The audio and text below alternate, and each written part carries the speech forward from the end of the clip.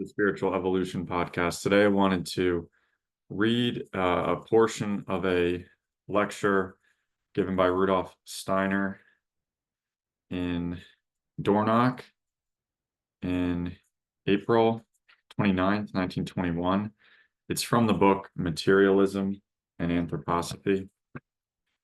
And then I wanted to make a few comments about it.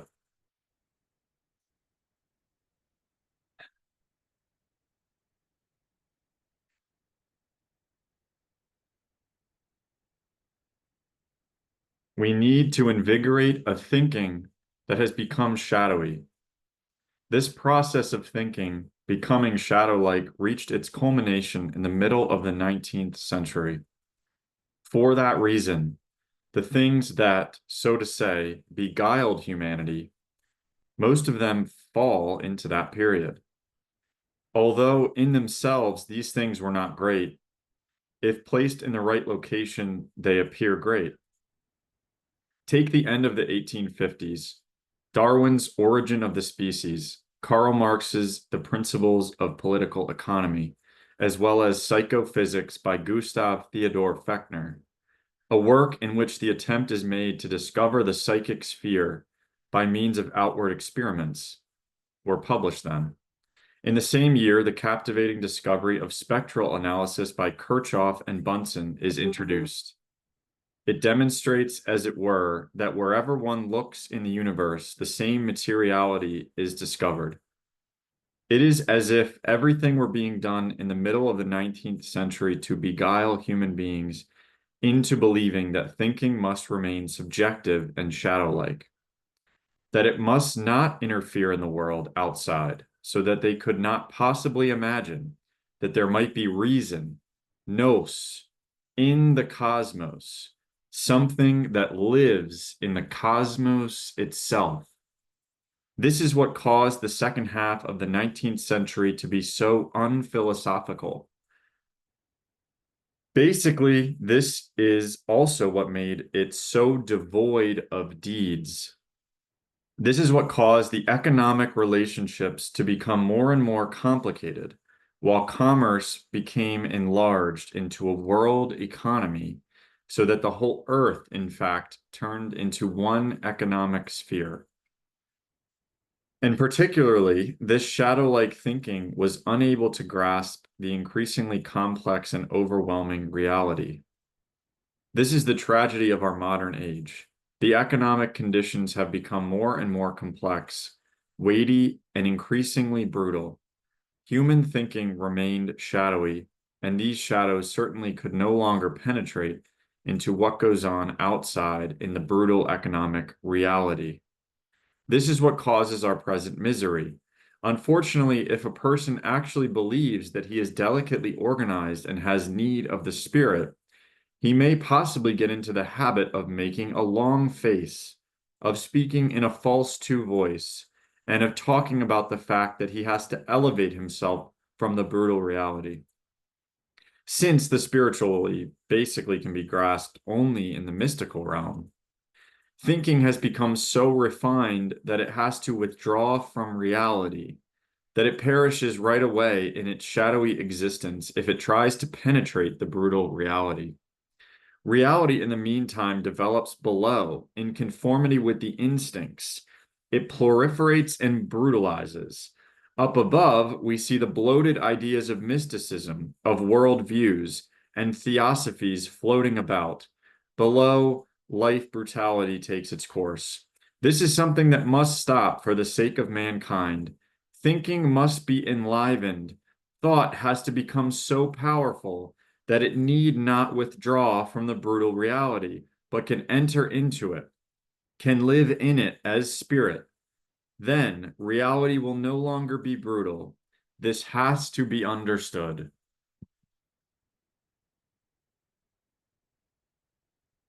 So just a few comments on this. If we are lost to the world, we allow life to be lived purely for instinctual matters, sexual needs, fantasies, foods, entertainment, sporting events, concerts, money. Working a 9 to 5 job strictly to survive and to put food on the table. We allow the brutal reality to beat us down until we completely ignore it. And we only focus on our purely survival needs.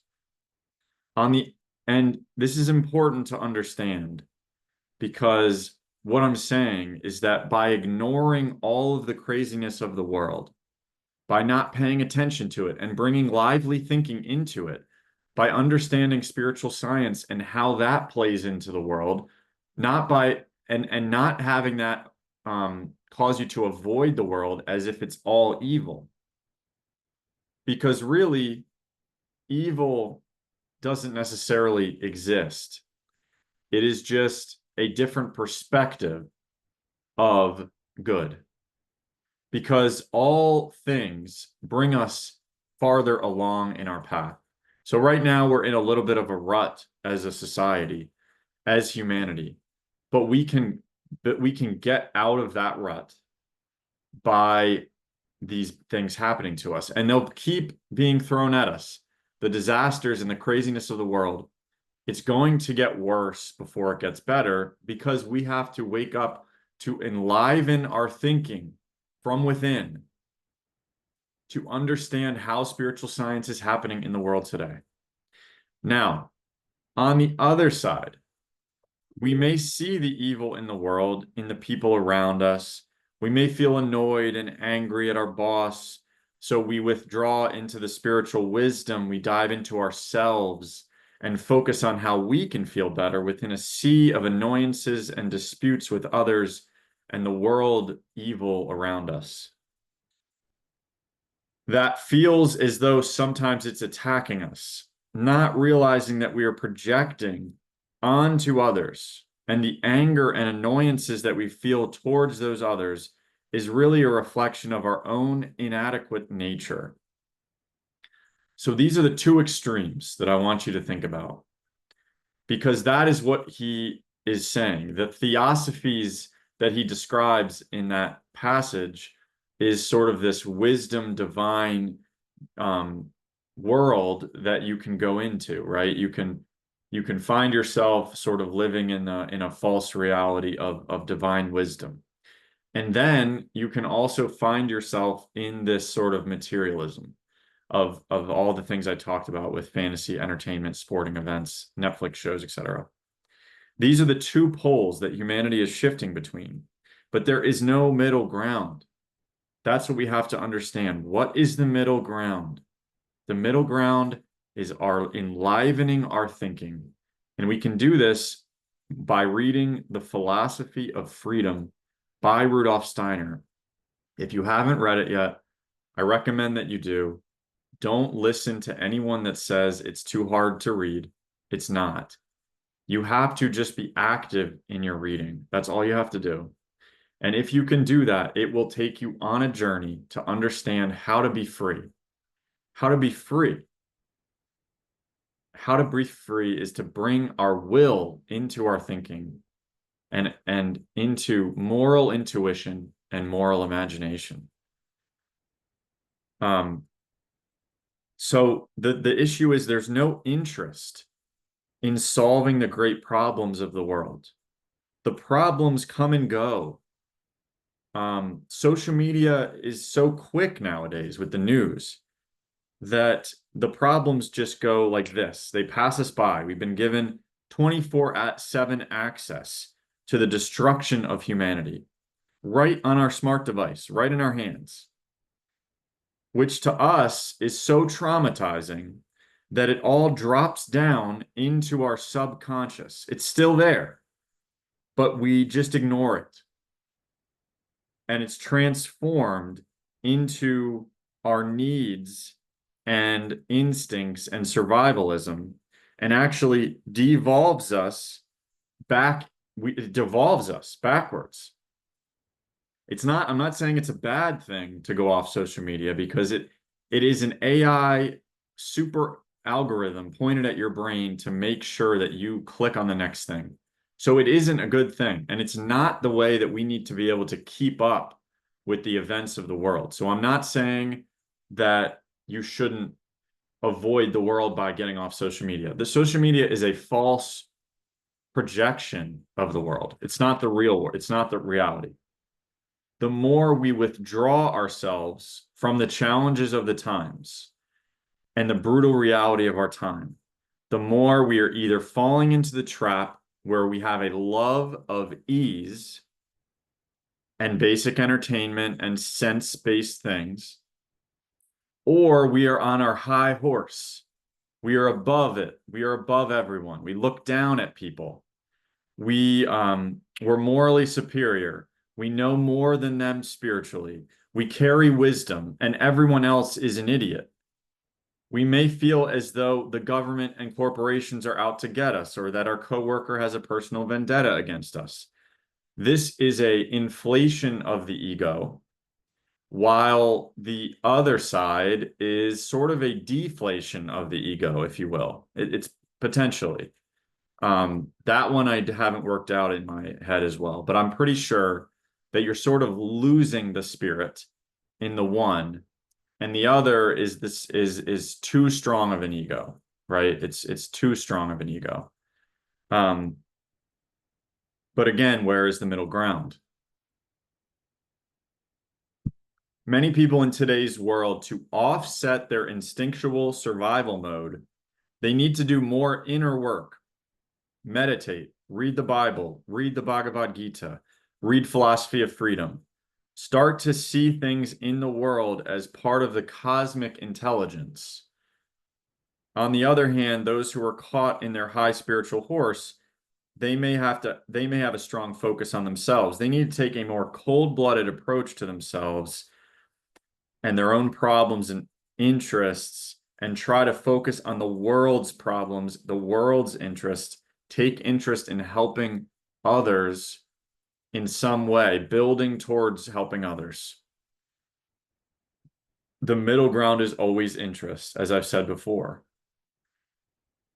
The instinctual survivalist who focuses on entertainment, sports, food, Netflix to get by has retreated from the brutal reality and enjoys the ease in which they are offered. Subconsciously, they are actually feeding the fear within them to face the reality. And the issue with these people is that if something really bad does happen to the world, they will be the ones who are completely and utterly panicking out of their minds with no control, because they were not able to have any conception of what was happening in the world and why there was chances of these things happening. Many who took the vaccine fall into this category. They now have to avoid all reality, and they may classify it as a conspiracy to comfort themselves. In a way, the further they fall away from the truth, the more they lose the spirit, and the more likely they are to have bad effects from the thing. So if you can face the reality that it was a psyop, that it was a gene editing, all the stuff, right, that we can do research on to find out, really what it was, and all the things that were in it, and some of the stuff was not good. But you can heal yourself, first of all, for sure. Diet, exercise, getting out in the sunlight, not looking at your phone unless the sun is out. Okay. So just those are, if you just follow those and you somehow stumbled across this, you're going to be good. Okay. But those people may even fear the spirit. They may fear spiritual information. They certainly wouldn't touch spiritual science, which is why I would be surprised if you landed here. But if you did, welcome. There are also those who meditate often. They may do psychedelics. They read spiritual science. They're desperately trying to solve their own misfortunes or karmic issues with supplements. They may watch YouTube all day long, searching for constant esoteric stuff that they can find. They may be isolated from friends because their friends took this, or their family only likes sports, or their family doesn't believe in God anymore, or their friends aren't interesting anymore, or everything around them is evil. So they withdraw into themselves and their own spiritual worship. And to be honest with you, I fall closer into that side, and I continue to have to catch myself to bring myself back. And to be honest with you, to bring myself back, um, I have to be somewhat hopeful of the future. And for me, I do that through investments in cryptocurrencies like Bitcoin and Ethereum. Um, because it's not, and I've gone back and forth with that, but it's something that I have to have some optimism. And because they're decentralized technologies, um, that's something in a way for me as someone who is kind of against technology is to have a stake in the technology at least. Um, and I think that some of the stuff that Rudolf Steiner has suggested in the past in terms of economic brutality can potentially be fixed by this type of thing, by tokenization, potentially. So, that's just side note. Um, and I apologize. Um, so to finish up, these people also might be, thinking there's going to be an imminent collapse, and they're very vulnerable to that type of fear mongering online. And again, I fall into this category. They may want to move out into the country and away from the imminent collapse. What both sides need is to be in the world, but not of the world. Not I, but Christ in me can face the brutal reality through moral intuition, moral thinking, being able to witness all of the stuff, study spiritual science, study what's happening in the world today, apply your knowledge to the real world, and don't focus on yourself. Focus on the outer nature. The truth we can face. We also need to do something about it. There is craziness in the world. We have to face that reality.